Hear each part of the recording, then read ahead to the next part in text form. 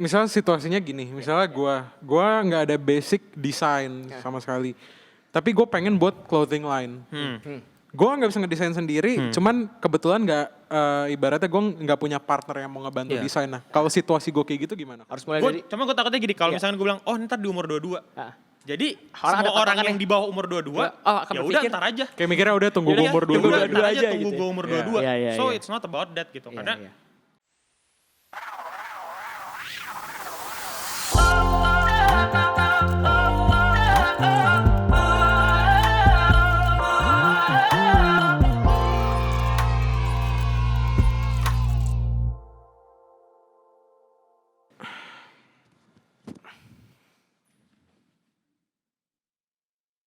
Oke, selamat datang kembali di episode ketiga dari podcast kami Born His Way Podcast. Woo! Jadi terima kasih atas support kalian yang terus nonton, terus nge-like, komen sih enggak. Tapi at least nonton lah, is okay lah. Thank you buat Kami teman-teman. bisa meneruskan podcast sampai sekarang udah di episode ketiga ya. Episode ketiga. Jadi ada yang beda di episode ketiga kali ini, tentunya di setiap episode kami pengen ada sesuatu yang baru gitu, sesuatu yang spesial. Ada for the first time, please welcome gestar kami, Ko Evan Sebastian. Woo. Boleh dong Van perkenalan diri. halo. Thank you Iya. semua. Oke, jadi kalau buat host masih sama ya. Masih Tapi sama. siapa tahu ada yang lupa, nama gue Yowas. Oke, nama gue Dani. Yes, Dan ada guest kita speaker masih kita tadi tetap- satu lagi, Evan. Yes, kita masih tetap setia menemani Anda di sini. Oke. BTW kemarin thank you buat Ciis dan Kak Pipit yang udah komen di YouTube-nya. Thank you buat komen yang membangun dan kali ini tim sosmed kami ngebales komennya. Iya. Terima kasih buat tim sosmed. Walaupun belum ada perkembangan yang terlalu signifikan, at least it's a progress lah. Oke. Ngomong-ngomong progress, Ko Evan Sebastian ini orang yang hidupnya sangat-sangat terkait dengan progress ya gitu. Kayak ibaratnya di usia muda udah Menjadi panutan lah ya. udah gokil banget lah, Iya. udah Banyak gokil dilihat banget. orang Van, lu Van. Mungkin Ko Evan boleh kayak cerita singkat gitu kayak sekarang lagi ngerjain apa gitu. Oke, ya tadi belum kenalan sih. Iya. Mungkin buat semua yang nonton salam kenal. Gue lu nggak apa-apa ya? Gak apa-apa. Iya, nggak apa-apa. Gue slow. Evan Sebastian. Ya dulu anak PRBK juga pastinya kan. Nah jadi kalau ditanya sekarang lagi sibuk apa, basically lagi menjalankan hidup, lagi bahagia-bahagianya. Iya. Karena kemarin akhirnya diizinkan Tuhan untuk menikah. Yeay. Harusnya kemarin dia Jo yang kita undang. Harusnya Jo. relationship. Untuk Kita malah relationship ya. jomblo, berarti ngomongin Ngomongin relationship. relationship ya udahlah. nggak Udah apa-apa. ngomongnya ngasal, udahlah. Terus lanjut Ko Evan. lanjut. Ya kalau dibilang kesibukan, sekarang lagi running bisnis, Oke. tapi nggak satu bisnis. Iya. Kebetulan sekarang total kita lagi running 4 bisnis. Wow, luar gitu biasa. loh. Yang basically dibilang full time, yes full time, dibilang nggak full time sebenarnya juga jadinya bagi-bagi waktu. Sekarang jadi managing partner di Garis Temu, terus juga baru aja ngebangun satu perusahaan baru namanya Knits Indonesia.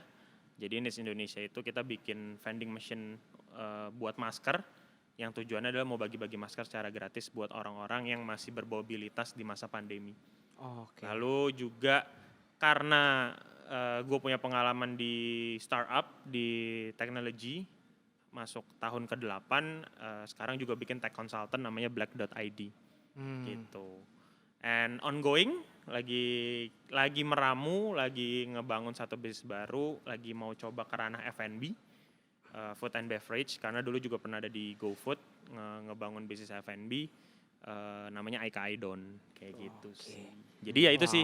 Sekarang Inspiratif sekali. aktivitasnya lagi apa hari lepas hari ngejalanin itu. Ini empat-empatnya lu yang lead sendiri? Enggak semua, enggak. Karena kan jadi gue sebenarnya bisa bilang ini lagi journey awal, langkah awal buat gue jadi seorang investor. Oke. Ya kalau yang teman-teman lagi rame nonton drama Korea startup, ya you know Han Ji Pyong kan lagi Han Ji invest. Pyong nggak tuh? Kurang lebih kan ya itu. Jadi kalau teman-teman tanya kerjanya apa, mau sih bisa dibilang kayak begitu. Oke. Jadi nggak semuanya gue lead karena gue percaya di dalam membangun bisnis itu bukan cuma kekuatan satu orang. Iya, Jadi iya. kolaborasi itu sangat penting. Betul. Kayak gitu Setuju sih, sih. benar-benar. Jadi ini terlihat perbedaan yang signifikan antara orang yang dari kuliahnya udah rajin, sama yang kuliah main-main, ketahuan Ketahuan lah, ya. kelihatan Iya, banget iya. lah. Tapi oke lah, semua orang punya jalannya masing-masing. Betul. Kalau kuliah juga nggak rajin lah, kuliah gue juga belum beres. Tapi kan maksudnya hasilnya udah gokil lah, udah Itu gokil. mungkin nanti Kelihatan. kita bahas lah. Oke. Nah, oke.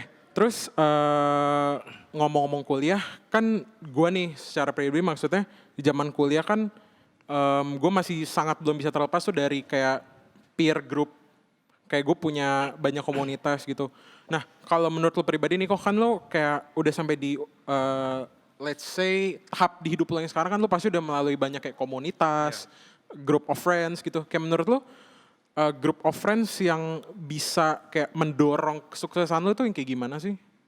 Kayak kapan kita harus nentuin gue mau temenan sama yang ini, gue mau tinggalin yang ini tuh. Kayak gitu gimana sih? Sebenarnya kalau buat gue secara pribadi, gue temenan pasti sama siapa aja. Ya. Karena ketika bicara soal lu membangun relasi, ya gue juga tidak melihat orang ini kayak gimana, gue nggak perlu temenin, gue nggak perlu terlalu deket. Tapi mungkin yang harus kita pahamin adalah definisi teman itu sendiri.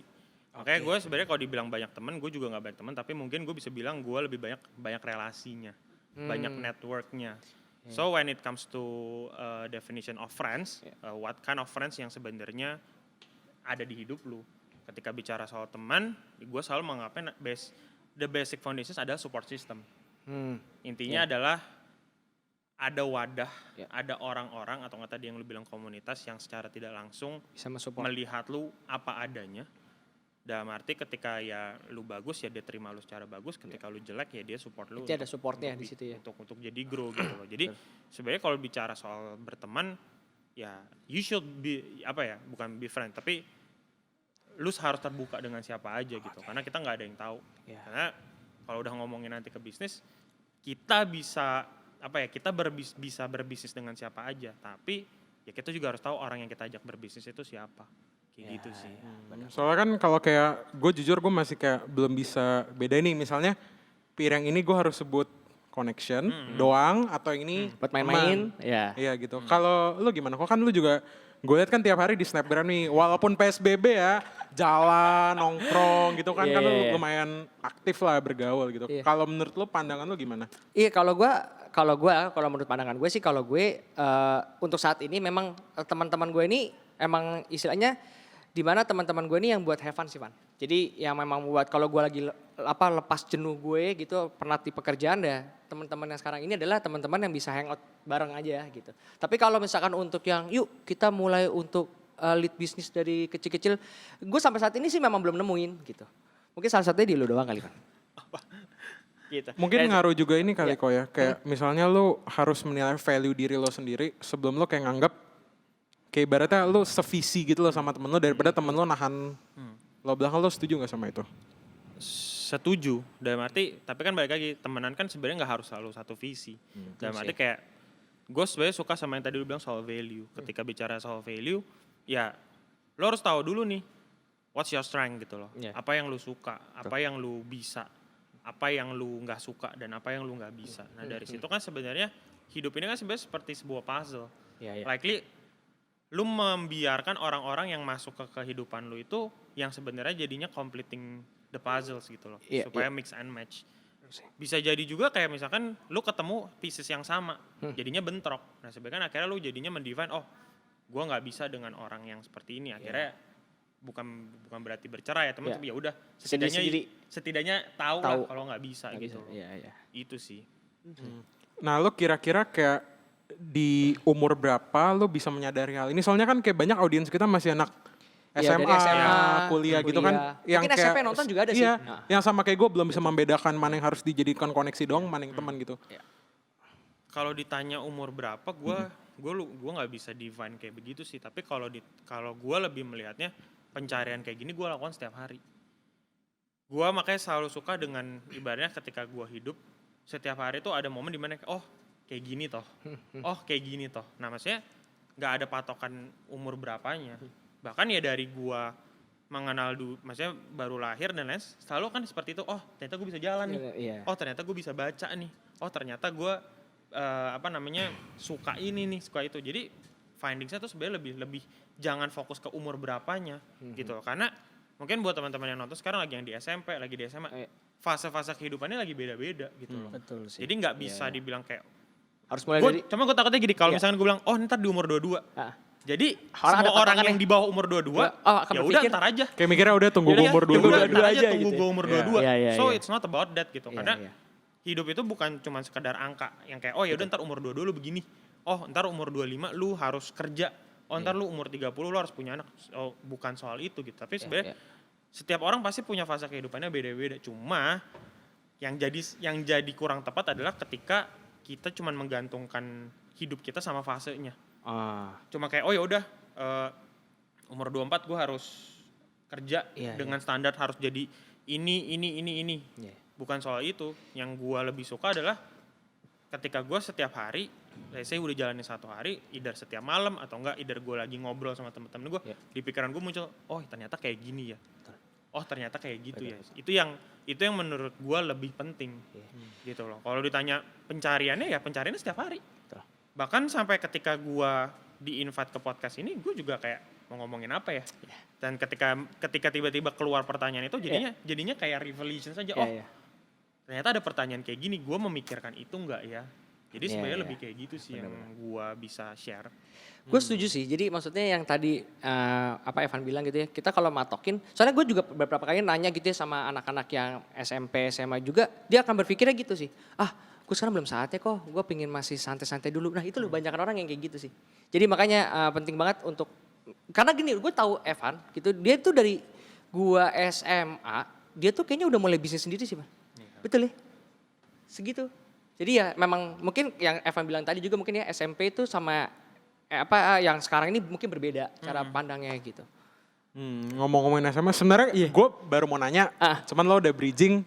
Oke. Boleh, lu tanya detail ya gimana? Jadi kan SMA ini kok zaman-zamannya kalau kata orang-orang tuh lagi mencari jati diri, lagi banyakin nongkrong, pertama kali nyoba pacaran, bla bla bla bla. Nah, lo kan katanya udah memulai coba nyari cuan dari SMA gitu, kayak bagaimana hal itu mengintervensi tongkrongan lu, pertemanan lu, pembelajaran lu, secara studi pendidikan dasar gitu, itu gimana?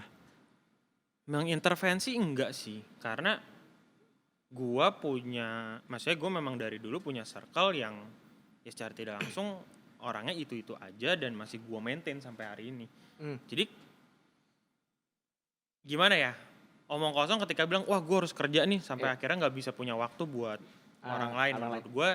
Menurut gue jadi rada omong kosong. Kenapa? Karena ya kerja lu berapa hari sih dalam sejam gitu loh. Sampai bener-bener nggak bisa temenan, itu jadi gue juga jadi kayak gimana? Karena gue menjalani hidup yang secara tidak langsung struggle, tapi having fun-nya gue nggak hilangin. Nggak hilangin, tetap gitu ada. Gue masih temenan, bahkan kalau mau ngomongin SMA gue juga masih aktif di PRBK, gue masih main sama lu dari dulu.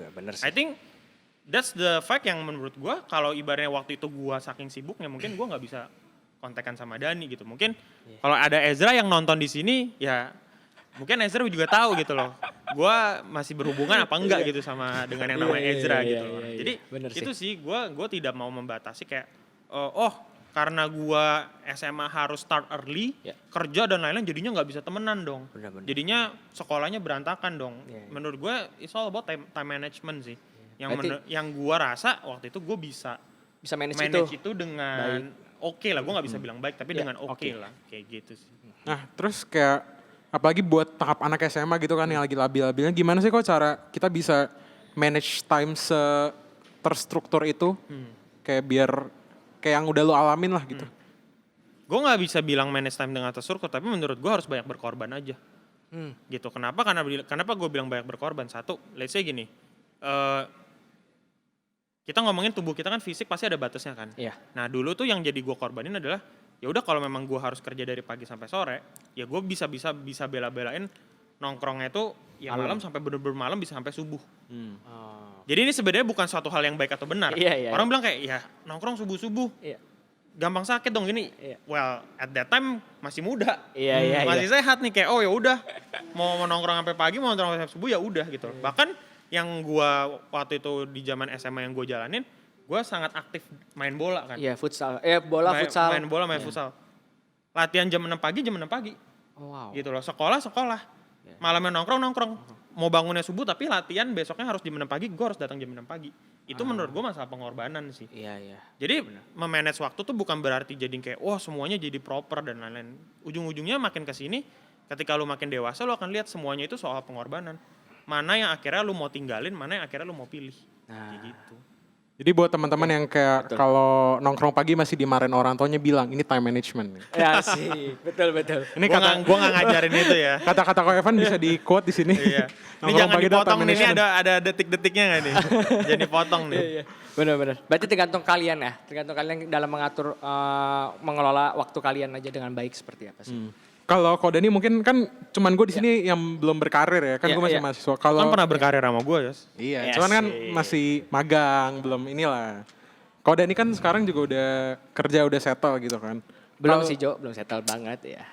Jangan merendah mulu Mali. Dan tergantung dan definisi satu lu apa. Oh iya. Ya, oke lah. Iya. Kalau dari Ko Dani ini, kalau dari time management Iya. lu, kira-kira yang lu bakal lebih duluan korbanin itu apa? Kayak di antara pertemanan, percintaan, gitu-gitu. Iya. Kalau gue pasti sih memang kalau sekarang ini ya untuk time management gue, ya gue sekarang melakukan apa yang gue kerjain untuk kantor gue dulu nomor 1 gitu ya. Setelah kantor nomor 1 baru kedua itu ya keluarga dan teman-teman sih.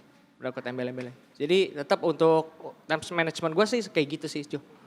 Jadi kalau untuk bagi waktunya ya untuk hangoutnya ya bisa di weekend kan. Karena kan weekend gue libur kebetulan gitu. Tapi kalau ada kerjaan ya udah. Gue ngurusin kerjaan dulu baru gue bisa hangout sama teman-teman gue gitu. Oke, terus tadi kan kayak Ko Evan tuh sempat nyinggung soal suka main futsal atau bola gitu ya. Gue denger-dengar kayaknya lu dulu sempat punya mimpi ya, pengen berkarir di sana. Cuman sepertinya belum diizinkan oleh Tuhan. Nah, pasti dalam karir lu sekarang dalam berbisnis pasti lu banyak kan ngalamin kayak lu punya ide apa tapi Tuhan nggak bukan jalannya ke situ. Nah, lu cara handle with that gimana? Handle with that, sesimpel gue menganggap itu semua sebagai journey. Ya. Karena Wow. semua orang pengen berhasil. Di dunia ini semua orang pengen berhasil.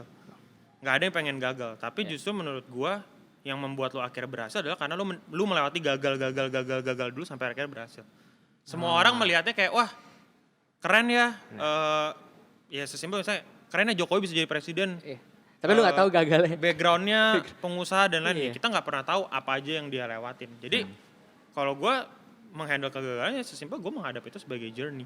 Iya. Gitu loh. Ya, Bukan berarti kegagalannya jadinya periodik, Iya. tapi bisa jadi setiap hari kita gagal.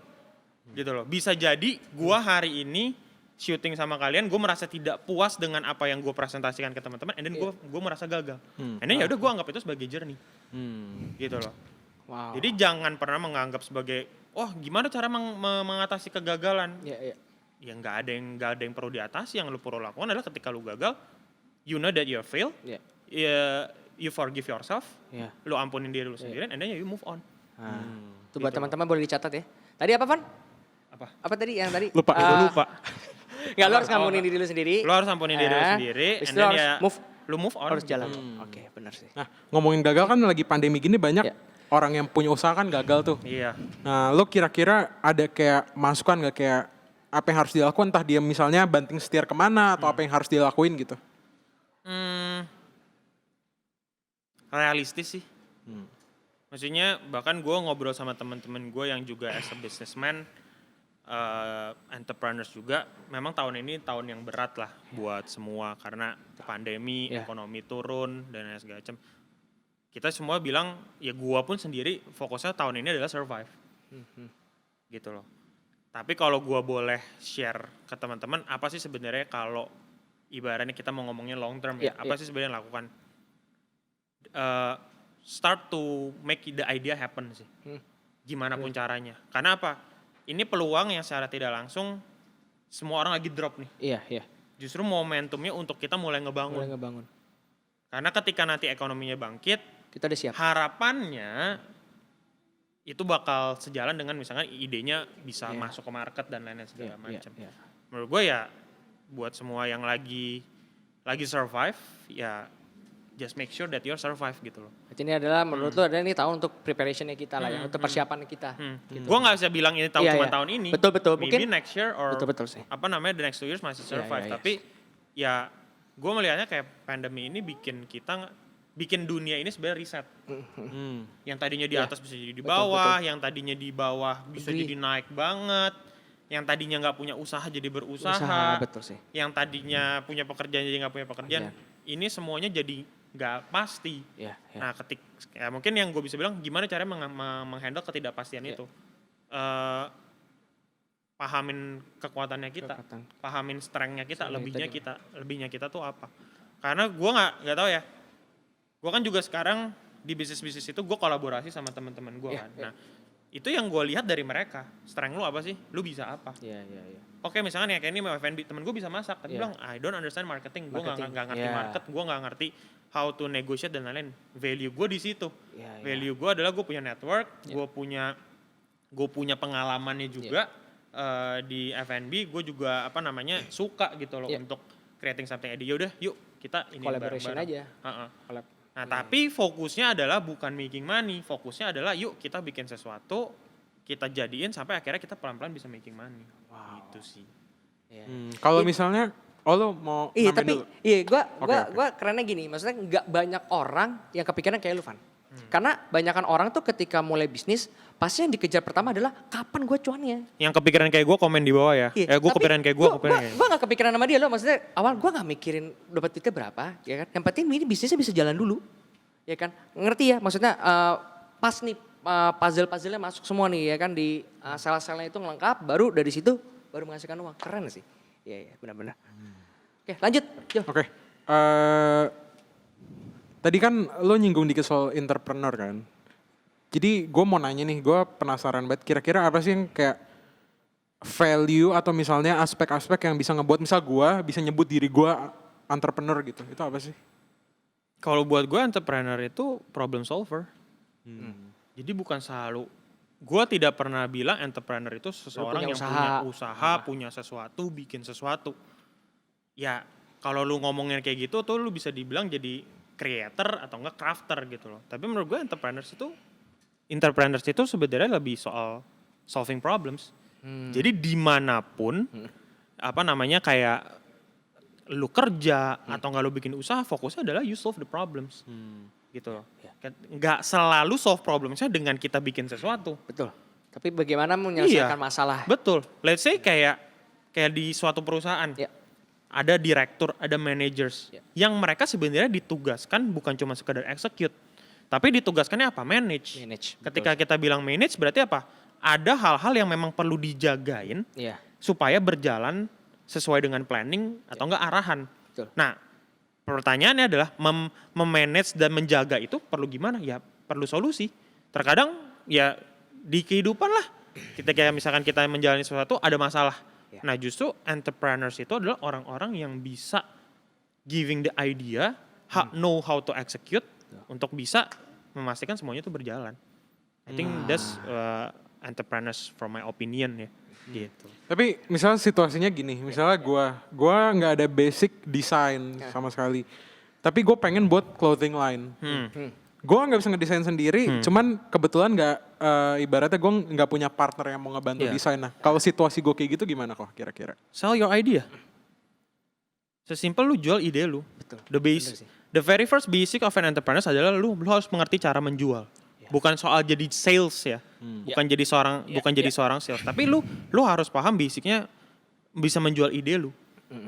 Waktu gua membangun company gue yang pertama namanya Tarkam, gue juga nggak punya basic coding, gue tidak pernah sekolah IT. Gue nggak begitu tahu soal technical, tapi yang gue lakukan adalah gue gambarkan semua idenya di otak gue tuliskan ke sebuah kertas, and then akhirnya gue jual idenya ke orang. Walaupun kalau teman-teman tahu sekarang ya si Tarkam itu juga tidak berhasil startup yang gue jalani sekarang, tapi di titik itu gue menyadari I was an entrepreneur at that time yang gue bisa convince beberapa orang to work under me, dibayar sangat minim, tapi bisa jalan itu selama 1 tahun. Jadi ya itu. Ketika lu bilang lu nggak bisa desain, and then you wanna make a clothing line, ya lu carilah dari circle lu, dari teman-teman lu, dari your network, siapa nih kira-kira yang bisa desain. Bukan bisa desain, tapi memang menurut lu bagus untuk bisa ngedesain. And then you sell the idea. Berarti Gitu loh. ini bukan suatu masalah ya menurut gue. Jadi ketika mungkin teman-teman yang nonton juga kalian punya ide, tapi kalian nggak punya partner gitu ya. Ya lu jual ide lu gitu. Apa yang ada di benak lu tuliskan, kemudian jual. Luar biasa sih, benar-benar. Menarik. Oke, jadi kan sebagai entrepreneur kayak gue bisa gak sih bilang kayak you're the boss of your job gitu kan, kayak lo bos dari usaha lo sendiri kan. Maksudnya kan sekarang kondisinya adalah lo pengusaha kok. Lo kan sekarang kantoran kan kok. Kayak gue mau tanya-tanya dikit dong kayak pros and cons-nya gitu, kayak kerja sendiri dibanding kerja di bawah orang tuh gimana sih? Iya. Kalau dari Lu deh, Evan Pak. mungkin. Iya, Hah? gimana? Yang Ya bisnis sendiri. kalau kayak sekarang gue kan satu itu gue lagi running banyak company and then ya gue juga harus manage satu-satu kan. Ya PR-nya adalah nggak ada yang ngedrive gue, Iya. nggak ada yang nge-push gue nih. Lu punya target ini, lu punya Iya, target iya. itu, lu punya target Yang punya itu. target lu sendiri. Gue yang harus bikin target gue sendiri. Maunya apa? Yes. Gitu. Makanya gue selalu dari dulu punya ambisi adalah ya gue menurut gue gini loh. Batas hidup gue tuh langit sangat jauh, kayak gue pun Iya, nggak iya. bisa touch the sky. So Iya. menurut gue tidak ada yang membatasi gue mau ini mau itu, gue sangat bebas untuk bisa melakukan itu.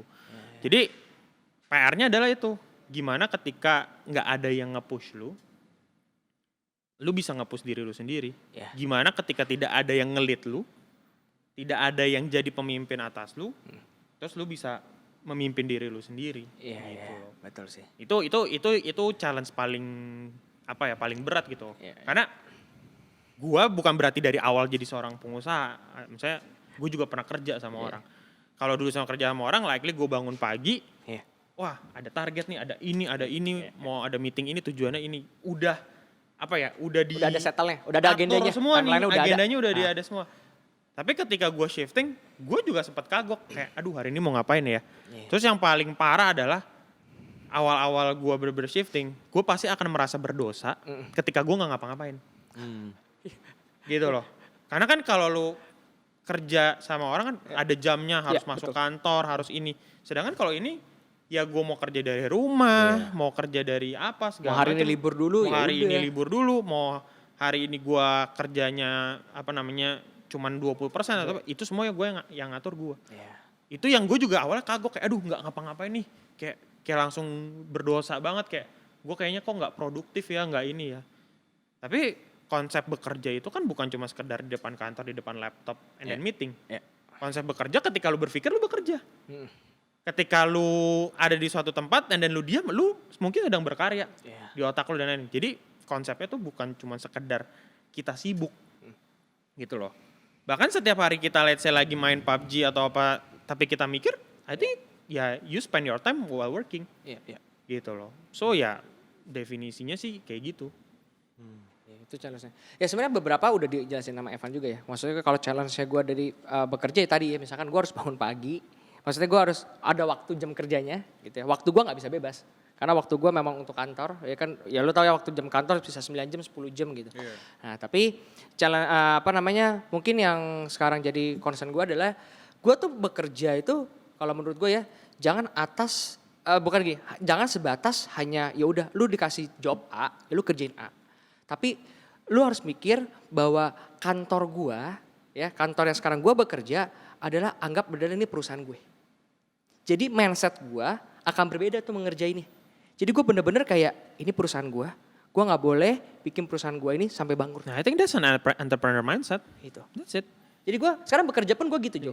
Jadi gue bukan hanya sekedar dikasih job nih dan lu kerjain A, B. Tapi enggak, sekarang bos gue mulai nanya, coba dong kasih ide apa nih kira-kira ke depan yang bisa dilakukan untuk kantor ini gitu. Jadi ya udah gue kasih ide ini gitu kan. Jadi sebenarnya ya kita saling bangun ide aja sih. Maksudnya kasih ide ya kita kerjain gitu. Tapi ya bedanya amannya apa? Amannya satu, ya income gue pasti fix. Itu doang sih. Tapi kadang-kadang banyak orang kan yang nggak betah aja. Gue nggak tahu ya kalau soal income dari lu bisnis kan mungkin ada naik turun ya. Naik nggak fix. turun lah. Nah kalau di tempat gue makanya kenapa masih sekarang bekerja karena ya fix income itu sih Jo. Bener gitu. Ya. Ini perbedaan signifikan ya antara orang-orang yang udah kerja sama mahasiswa. Gue mah kalau nggak ada kegiatan mikir kayak anjir seneng banget gue hari ini kagak ngapa-ngapain. Giliran dikasih tugas ngeluh. Oke. sekarang posisinya kayak gue kan 2 tahun lagi lulus. Semoga amin doakan teman-teman gue lulus tepat waktu, jangan sampai nambah. Ya. Nah, kalau buat kayak fresh grad gitu ya, kan kayak kalau gue baca di internet kan banyak orang yang beropini beda kayak, oh lu nggak usah ngambil kayak kuliah yang spesifik, sekarang perusahaan udah gak ngeliat gelar bla bla bla, tapi ada yang bilang kayak masih gitu-gitu kayak. Sekarang tuh sebenarnya yang lagi dibutuhkan banget tuh apa sih, misalnya kayak lu lulusan apa gitu? Nggak ada lah. Semua company cuma mau butuh orang yang mau kerja sih menurut gue. Karena lu bisa jadi lulusan dokter tapi lu unemployed. Gitu loh. Lu bisa jadi lulusan hukum tapi lu juga tidak bekerja. Jadi gue melihatnya begini, apalagi ketika gue sekarang hiring orang gitu kan.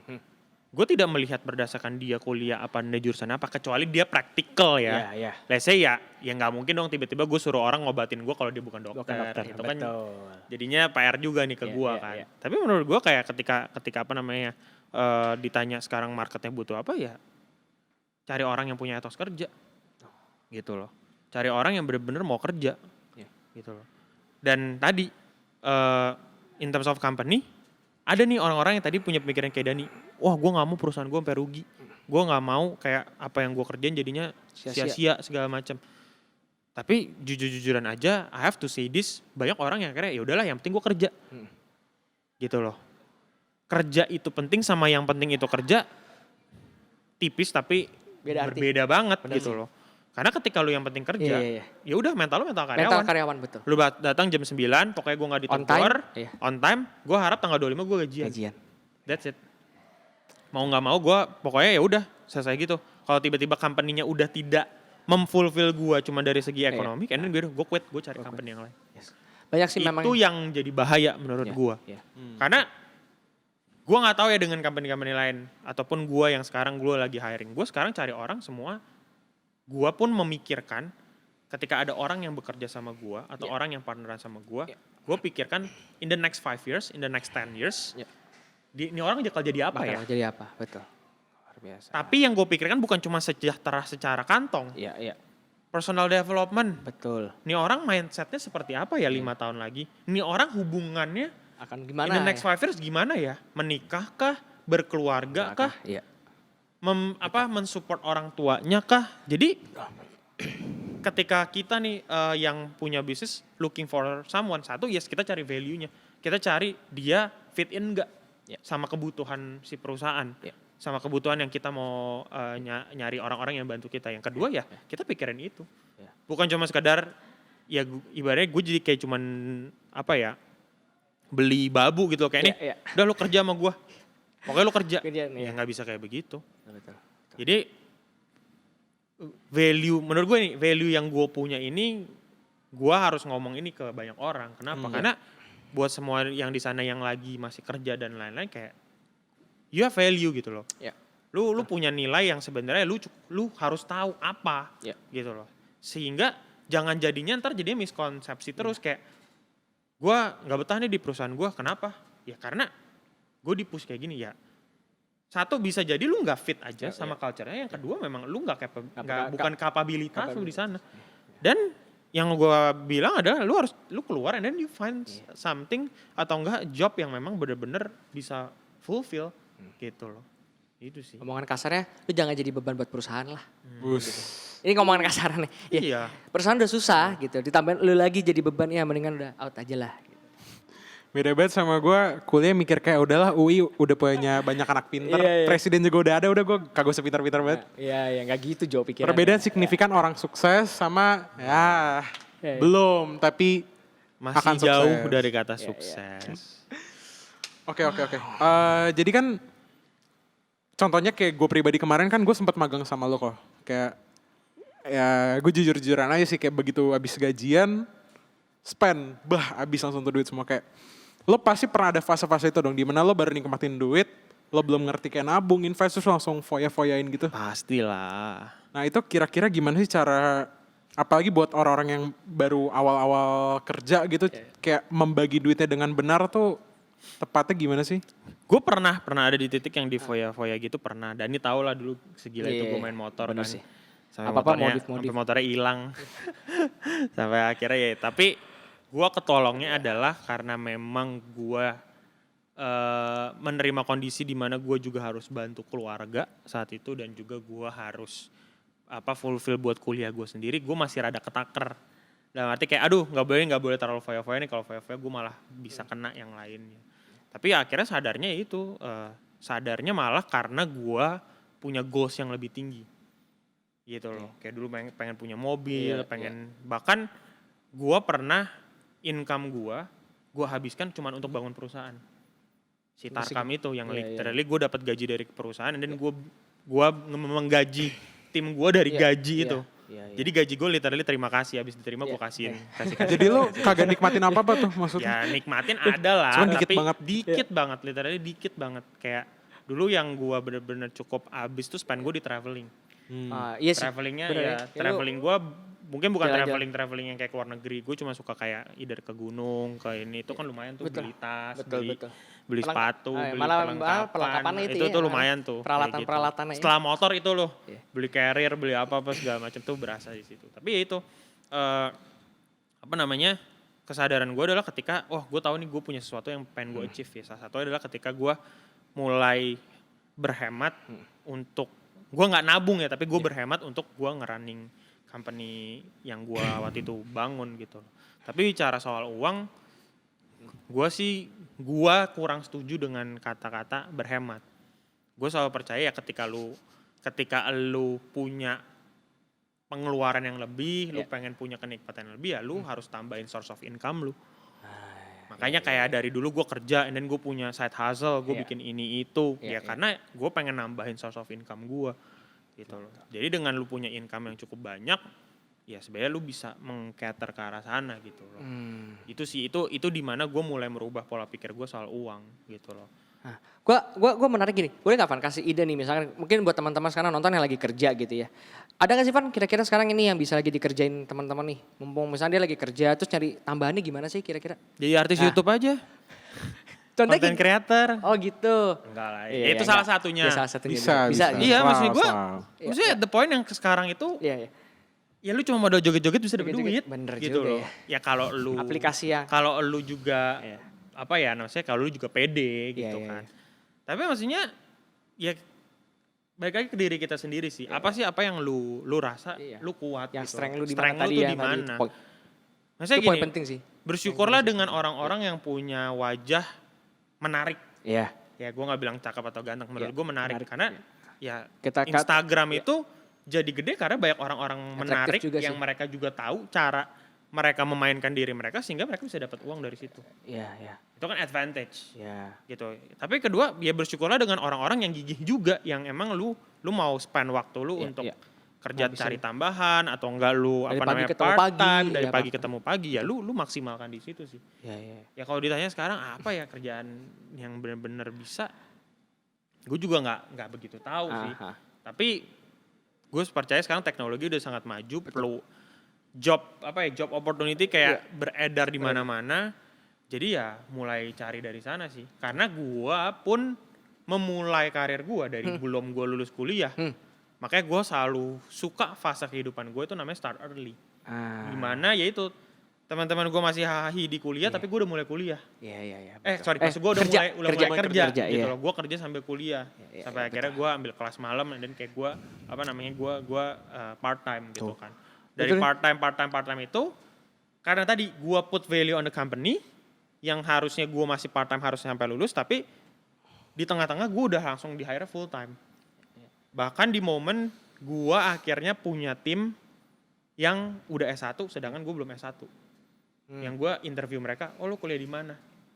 IP lu berapa? Gaya banget nanya IP. Padahal bosnya belum lulus. Iya, kayak gue itu. Tapi ya itu yang gue rasa fase gue cuman mulai itu duluan gitu loh. Dan ketika dengan keadaan-keadaan kayak, maksudnya keadaan-keadaan sekarang banyak berani ketok pintu sih. Gue bilang kenapa gue analogikan ketok pintu gini, kebanyakan orang melihat sebuah peluang cuma lihat peluangnya doang. Tapi kayak di situ ada pintu, cuman diliatin doang. Likely nggak berani diketok. Nah maksud gue ketok pintu adalah apa? Tanya ajak ngobrol, samperin, Iya. ya datengin, telepon dan lain-lain segala macam. Itu menurut gue yang sampai hari ini masih gue praktekkan untuk gue bisa buka-buka pintu yang gue percaya Tuhan udah siapin itu buat gue gitu loh. Wow. Jadi ya the power of knocking door sampai hari ini tuh still happen gitu. Betul. Oke. Nah, Van, gue pingin tahu lagi nih. Dulu tuh mulai buat teman-teman juga yang nonton nih. Lu dulu start mulai kerja sendiri gitu ya, mulai kerja sendiri tuh umur berapa sih, Van? Kerja sendiri tuh kan gue lupa umurnya, tapi gue bener-bener punya uang sendiri dari apa yang gue kerjain tuh SMA 2. Oh, SMA 2. Gitu loh. Berarti lu kuliah belum kan? Nah, Jadi udah ya? Ntar gue cerita, tapi ceritain ya. Keren. Iya, gue lupa lah di SMA 2 itu gue umur SMA 2 berapa loh. gitu Wah. loh. Di SMA 2 tuh gue umur berapa, tapi ya itu karena ibaratnya gue harus, ya ibaratnya gue tidak punya uang jajan yang pasti dari orang tua, gue mau cari tambahan gue sendiri nih. Karena waktu SMA pacaran gue gengsi dong kalau pacaran pakai duit orang tua. pakai duit orang tua, Iya. gue harus bisa nih. Udah pengen ngidupin nih. Cuma walaupun yang dihidupin beda nih sekarang kan. Iya. Nah, jadi kayak dari situ ya udah yang gue lakukan adalah karena sekolah gue tuh deket sama ITC Roxy yang jualan handphone. Gue waktu itu sesimpel ya udah gue beraniin aja ke situ. Terus gue tanya-tanya ke satu toko. Ya balik lagi knocking doors. Kok gue mau jualin dulu zamannya BlackBerry. Kok gue mau jualin BlackBerry? Gimana caranya? Udah nggak tahu. Gue cuman fotoin. Gue cari caranya sendiri. Oh, nah. Di situ literally gue mulai untuk bener-bener punya penghasilan. Gitu. Gua nggak nangkep satu, dia nggak ngomongin modal loh dari tadi.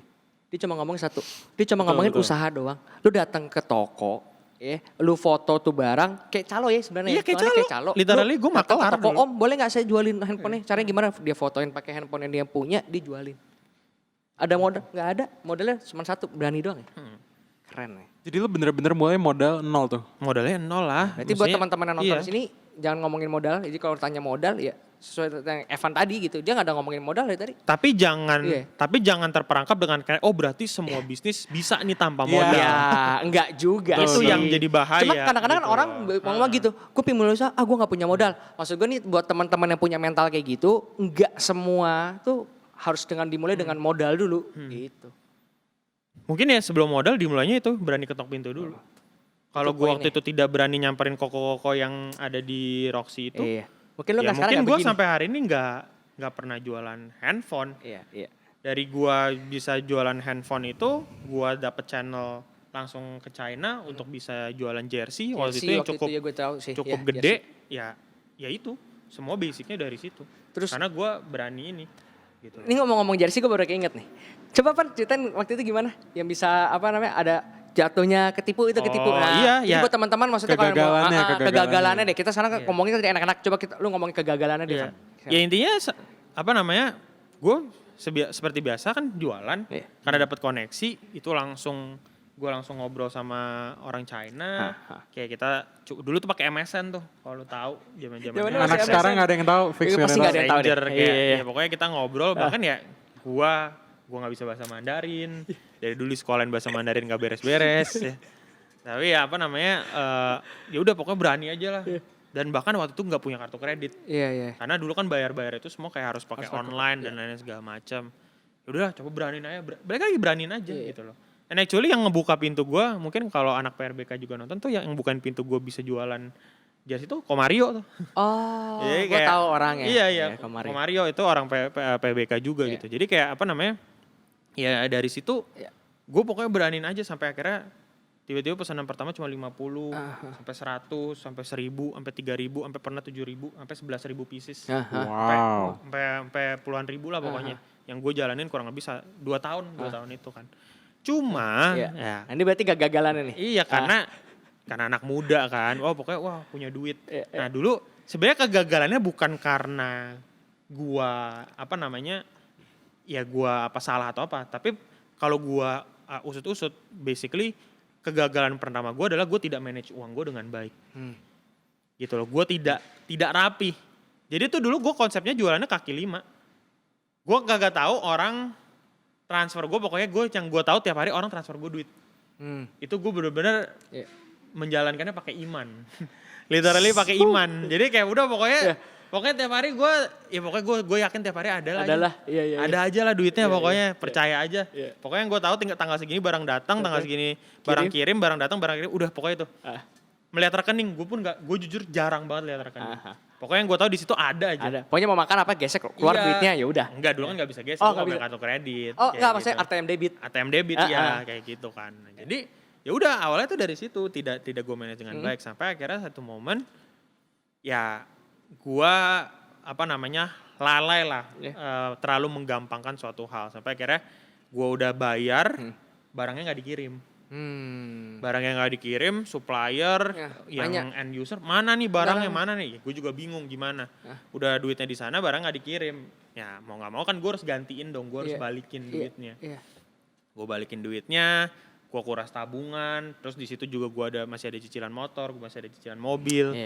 Gue ada cicilan handphone, pokoknya nyicil deh. Nih gue kasih tau aja buat teman-teman, jangan pernah nyicil.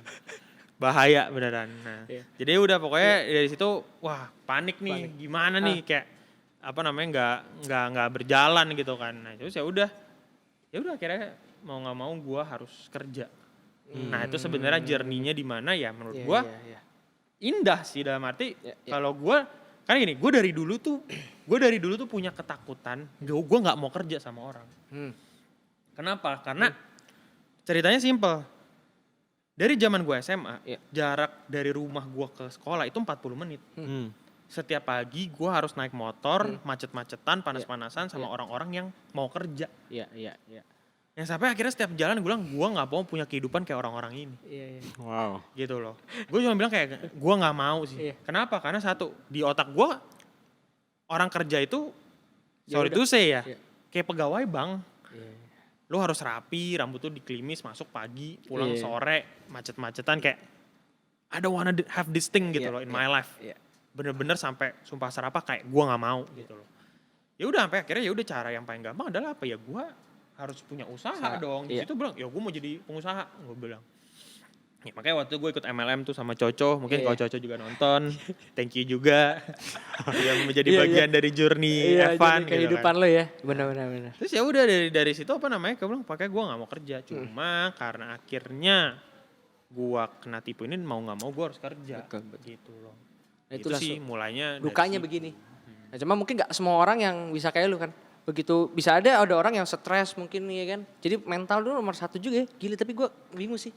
Zaman dia itu waktu ketipu umur berapa? Kau boleh tahu? Umur berapa gitu. ya? SMA ya? 18 lah. Gila, 18 gue belum ngapa-ngapain dalam hidup gue. Iya lu coba Awal-awal kuliah lah, enggak udah Gua nggak ingat- SMA tuh awal kuliah. ya. Awal-awal masuk kuliah itu. Pucet. Oh gue udah deh 18 gue udah mulai partai. Oh, iya. Asik bagus, tuh, bagus, 18 tahun gue asik tuh. Bagus. Berarti bagus juga lu udah mulai. Iya udah mulai berantem kan sampai matain hidung orang. Enggak usah itu, enggak usah disitu. Oke. Tapi ada satu hal yang menarik sih. Tadi yang kayak lu bilang pendapatan SMA lu enggak nentu terus lu berpikir untuk kerja. Nah pas gue magang itu tuh juga menjadi salah satu kayak bagian terbesar di journey gue saat ini. Walaupun belum seberapa tapi mungkin gue cerita dikit kali ya. Kayak gue sekarang lagi kuliah semester 5. Gue punya sebuah bisnis kecil. Yang dimana bisnis itu joki game.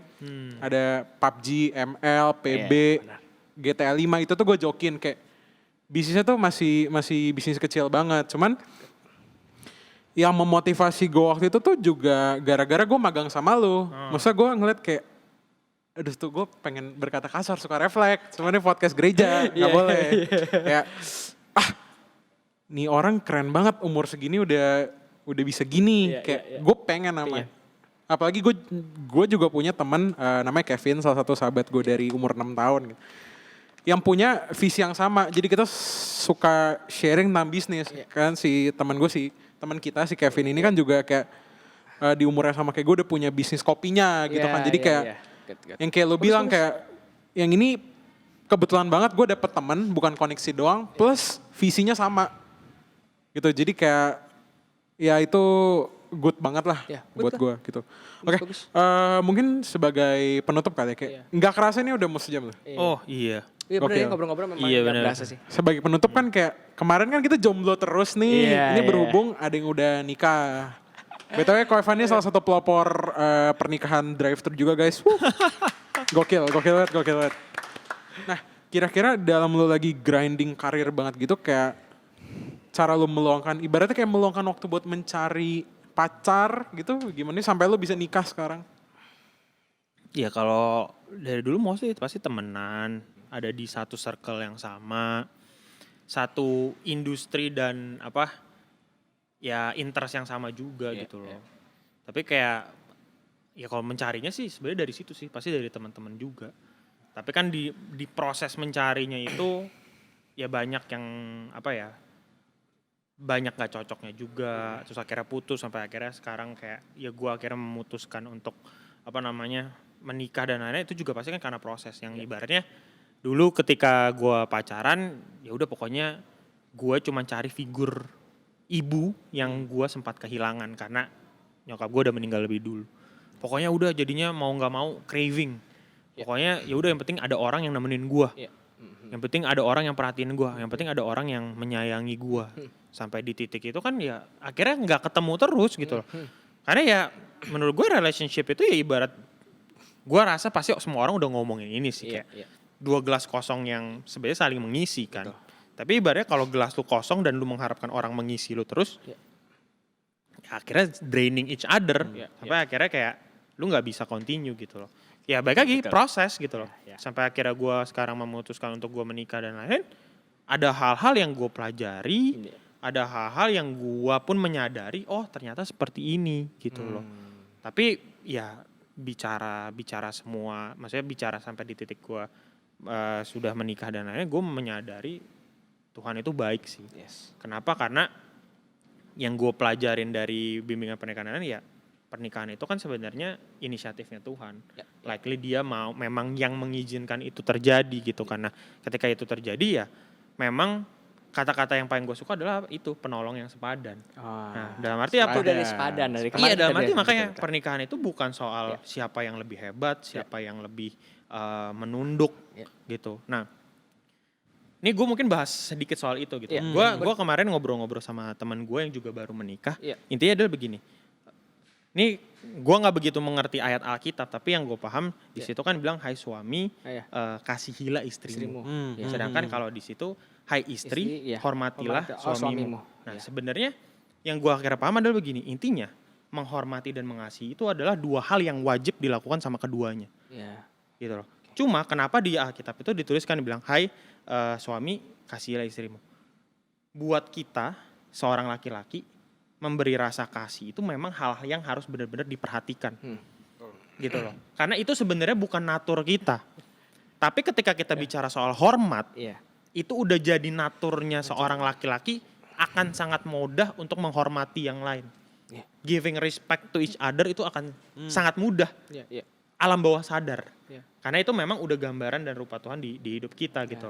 Tapi ketika dibilang mengasihi, kita perlu banyak belajar nih soal mengasihi. Kita perlu benar-benar memahami mengasihi itu seperti apa. Dan kebalikannya untuk yang perempuan, untuk istri-istri dibilang hormatilah. Buat mereka mengasihi itu sangat umum. Udah dari lahir benih mengasihi itu ada di mereka. Gitu makanya kan bilang kasih ibu itu sepanjang masa gitu kan. Jadi intinya memang mereka itu jadi makhluk yang secara tidak langsung diciptakan untuk mengasihi. Bukan mengasihi kita si suaminya doang, tapi memang mengasihi orang-orang di kita sangat mudah gitu loh. Tapi bicara soal menghormati, mereka perlu belajar gitu loh. Mereka benar-benar perlu menekankan rasa hormat, sikap hormat yang lebih kepada si suaminya. Dan dari situ yang pas gue dengar itu kayak, wah iya juga ya. Likely gue put respect, menghormati itu sangat mudah. Tapi ketika mengasihi, gue perlu banyak belajar. Betul. Makanya sekarang kan banyak tuh belajar bahasa kasih lah, belajar bahasa bahasa memaafkan bahasa lah. roh. Ya itulah juga gitu kan ya. Jadi sebenarnya hal-hal kayak gitu yang ketika gue pelajarin itu membuat gue juga semakin erat. Yang membuat gue juga semakin memahami, oh ternyata hubungan pernikahan tuh bukan, oh ya udah memang yang tadi gue bilang di awal bukan soal fase. Fasenya nih memang lu harus married. No, it's not about that gitu. Bukan soal married, karena bicara soal hubungan sendiri, gue baru menjalani hubungan dating gue sama istri gue sekarang tuh likely 1.5 years. Bahkan gue pernah berpacaran sampai 3 tahun, sampai 4 tahun, yang akhirnya tidak diizinkan terjadi. Tapi menurut gue dalam 1,5 tahun itu gue pakai waktu gue untuk bener-bener courtship. Bahkan di Alkitab tuh juga ngomong itu soal courtship apa? Gue pahamin visi dia, gue pahamin tujuannya dia, gue pahamin arah hidupnya seperti apa, dan kita bisa menyelaraskan semuanya bareng-bareng apa enggak. Yang actually itu juga gue omongin itu di janji nikah gue. So the point adalah sebenarnya ya ketika misalkan bicara soal memilih pasangan ya ada journey-nya juga. Akan sangat mudah gue bilang ya tipsnya harus begitu. Percayalah, lu akan jalanin sendiri. Nggak ada rumus pastinya. Karena ketika bicara rumus pasti ya gue denger sama lu soal relationship akan beda. Ntar at some point ketika nanti let's say 5 years, 10 years lu decide you married, mungkin story lu akan beda. Beda juga Jo. Tapi mungkin yang gue selalu pegang jadi dasar ya nanti pernikahan itu tuh udah inisiatifnya Tuhan. Dan yang menurut gue harus lu tahu, Tuhan tuh mau nggak lu menikah atau enggak. Itu sebenarnya yang lebih harus lu doakan sih. Gitu sih. Ini pentingnya harusnya relationship kemarin ngundang orang yang udah nikah. Ini harusnya ini. Tapi udah nggak apa-apa, kita kasih di sini sedikit nggak apa-apa. Jadi ingat kalau harus belajar mengasihi. Nggak kayak waktu itu kan kayak lagi hujan-hujan, bukan lu payungin kan. Dimana di mobil masih gue liatin gila nih cowok, astaga. Oke lah, tapi itu udah berlalu. Udah mau nikah juga kan dia? Oke. Oh gitu Dan? Enggak, udah mau nikah Dan? Gue gak tau kalau gak tau. Van sebentar sebelum kita tutup gue pengen tahu dong. Lu kasih pesan-pesan dong buat teman-teman nih yang masih SMA gimana nih buat menjalani survive-nya gitu. Buat teman-teman semua, gue cuma mau bilang satu. Intinya adalah semua orang pasti pengen berhasil. Semua orang pasti pengen sukses, semua orang pengen bahagia. Tapi buat gue yang udah mengalami hidup, gue belajar jangan pernah skip setiap step di dalam hidup kita. Stepnya maksudnya apa ya? Ketika lu step berhasil, lu nikmatin itu, lu syukurin itu, lu rasain itu. Tapi ketika lu gagal, lu nikmatin. Lu pelajarin prosesnya, lu bersyukur walaupun gue tahu itu nggak mudah. Tapi gue selalu percaya hidup itu jangan pernah di skip. Apapun stepnya, jangan pernah cari jalan pintas. Karena nggak akan pernah ada yang berhasil karena jalan pintas. Gitu loh. Karena ya orang sangat mudah melihat kesuksesan seseorang cuma dari satu layar kaca, satu media. Tapi dia tidak pernah menelusuri 20 tahun, 30 tahun dia berjuang buat hal yang dia bisa bilang berhasil sekarang. Jadi ya itu, jangan pernah takut untuk gagal. Jangan pernah takut untuk mengakui kalau kita gagal. Dengerin gitu loh. Karena ya jangan takut gagal sangat gampang, tapi kalau tiba-tiba lu harus ceritain kegagalan lu, mungkin nggak semua orang bisa. Buat gua bisa sharing pengalaman gue pernah ditipu 80 juta, gue pernah gue pernah kerja jadi sales MLM, gue pernah ditolak orang, gue pernah dikata-katain orang, ya itu bukan suatu hal yang mudah. Tapi yang gue percaya, those kind of steps yang gue lewatin over the years, yang membawa gue sampai ke titik ini sekarang. Dan gue sangat mensyukuri itu. Makanya jadi ketika ada pertanyaan, kalau lu mau dilahirkan kembali, lu mau jadi apa? Gue cuma bilang, gue gak mau dilahirkan kembali. Karena gue sangat bahagia dengan apa yang ada buat gue sih sekarang. Gitu sih. Ada gak Van ayat yang nguatin lu sih Van, sampai sekarang lu bisa sejauh ini? Apa? Soalnya ini kan podcast Kristen nih, jadi ya karena tadi udah di briefing, ya tadi sih ayat, gue nggak, misalnya ini beneran nggak di briefing. Maksudnya gue percaya sama itu sih, Yeremia 29 ayat 11. Gitu loh, karena rancangan gue nggak begitu hafal, tapi intinya rancangan yang Tuhan kasih. Nah mungkin pendeta muda Dani pendeta Dani Kokar. Yeremia 29 ayat 11. Yeremia 29 ayat 11. Kayak gitu ya. Sebab aku mengetahui rancangan-rancangan apa ada padaku mengenai kamu.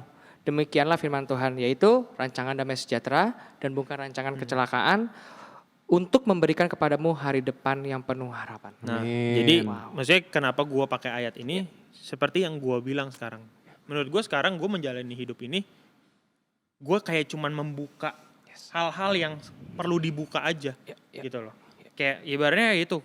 Ada kalanya gue berhasil, gue tahu sebenarnya Tuhan udah tuliskan lu memang akan berhasil di momen itu. Ya. Di titik itu kayak gue tahu sebenarnya lu akan gagal dan intinya janjinya adalah ya bukan rancangan kecelakaan. Yes. Gitu loh. Karena ini kalau gue masih ada waktu gue bisa share dikit. Boleh. Likely tahun lalu gitu. Iya. Itu mobil gue meledak cuy. Oh iya, gue tahu itu. Jadi mobil gue meledak kayak anjir kayak wah panik nih gimana segala macam. Nah jadi kayak gue juga kayak wah berantakan nih. Iya. Kayak abis itu di titik itu juga gue baru keluar dari company and then gue lagi running startup gue yang baru. Yang waktu itu lu juga join di sana. Gue juga kayak gue kagak tahu tapi ngelihat sampai hari ini kayak ya it's a proses buat gue jadi belajar. Karena salah satu yang ditegur waktu itu kenapa gue ngerasa itu soal gaya hidup. Gitu loh, karena gue ngerasa gue mampu, pokoknya oh ya udah saya enak aja. Tapi ketika itu gue keluar dari perusahaan, gue mau nggak mau, gue mulai rapiin hidup gue. Iya. Sampai akhirnya di situ pun gue, gue ketemu pasangan hidup gue dan lain-lain segala macam yang itu menurut gue jadi ngebangun gue. Iya. Gitu sih, itu yang menurut gue ya rancangan damai sejahtera yang penuh harapan itu yang gue rasa sih. Betul. Gitu sih. Wow, luar biasa. Kayaknya gue sebenarnya pasti pengen banyak ngobrol, tapi karena waktunya yang mungkin kita harus cut cuy. Cuman karena manajer kita David Leonufna kata jangan kelamaan, kita nih di-cut turutin. nih. Oke. Mungkin nanti bisa Oke lah. kita lakukan bincang-bincang di next time lah, Van. Boleh. Keren. Jadi thank you banget Ko Evan udah Thank you ya, mau Van, ya. meluangkan waktunya. Ko Dani juga udah mau. Gue manggil soal lo di Udah sini. mau meluangkan Thank you juga waktunya. aja ya buat waktunya. Buat teman-teman yang udah nonton sampai akhir, Oke. thank you banget udah tetap stay tune di episode ketiga dari podcast kami Born This Way Podcast. Leave a comment di bawah kalau kayak kalian pengen selanjutnya kita bahas topik apa atau misal ngundang guest star siapa ya? Boleh. Bisa Silakan request guest di star. komen, masukin di komen-komen yang bawah. Cuman jangan yang aneh-aneh, kayak jangan ngasih aneh-aneh. sembako sampah Betul. gitu, nggak usah diundang, jangan aneh-aneh. Terus jangan lupa nyalain loncengnya supaya update terus. Yes. Yeah. Terus follow Instagram, Oke, follow Instagram. tim edit please cantumin Instagram di sini, jangan lupa PRBK Gia Yeah. PGS. Yes. Oke? Oke. Demikian segitu aja dari kami, mungkin maskara boleh di Pakai lagi kali ya. Oke, kita kan harus tetap mematuhi mengikuti protokol protokol kesehatan. Oke, Tante Titi. Formalitas aja kan. Enggak dong. Enggak dong. Memang harus seperti itu. Oke guys, see you on the next episode. Oke. Thank you. God Thank bless. you.